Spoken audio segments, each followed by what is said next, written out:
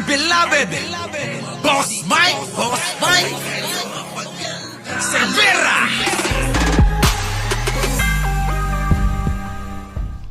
Pinagsabihan ng Malacanang si Senator Robin Padilla na pag-aralan ng batas patungkol sa drug testing upang magkaroon ng ideya kung uubra ba ang kagustuhan nitong isailalim sa drug testing ang lahat ng opisyal ng gobyerno. Po ni Senator Robin Padilla ay lahat ng Elected public officers at public officers. Sana po ay nabasa niya na po ang desisyon ng korte patungkol po dito.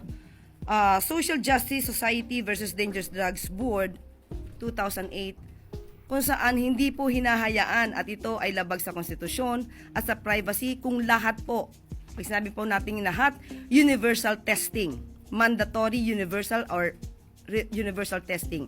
Ang allowed lamang po ay ang random drug testing. So baka magsayang lang po ng oras at pera, pondo si Senator Robin Padilla. Aralin po muna niya po ang nais niyang gawing batas. Apo. Yan ay labag sa batas.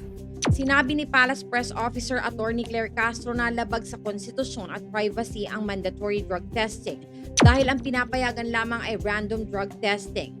Baka magsayang lamang aniya ang senador ng oras at pera ng bayan kung maghahain siya ng panukalang batas para sa mandatory drug testing.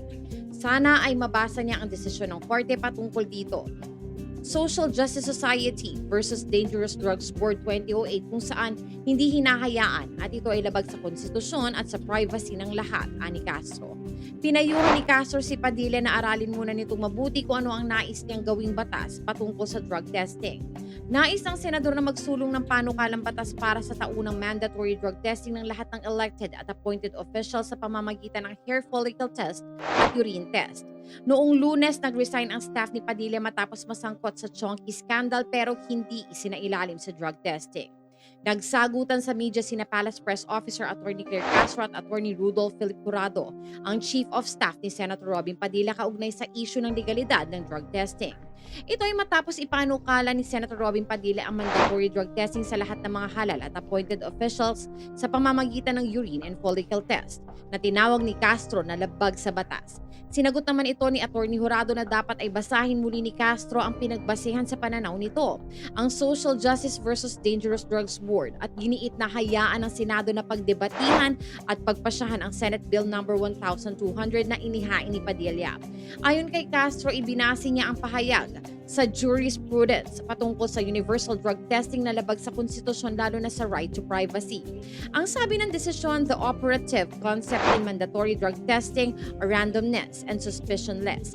Ikinumparaan niya ito sa mga taong nakagawa ng krimen na inoobligang sumailalim sa mandatory drug testing kung saan they will not be randomly picked.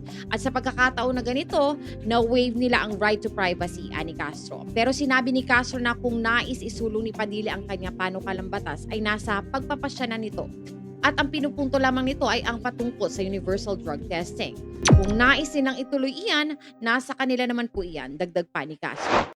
Pangalan po ni Boss Mike Cervera, ako po, si Auntie Mama ng Rizal, also known as Anino TV, na nagsasabing mahalin po natin ang ating kapwa, ipagdasal po natin lagi ang ating bansa.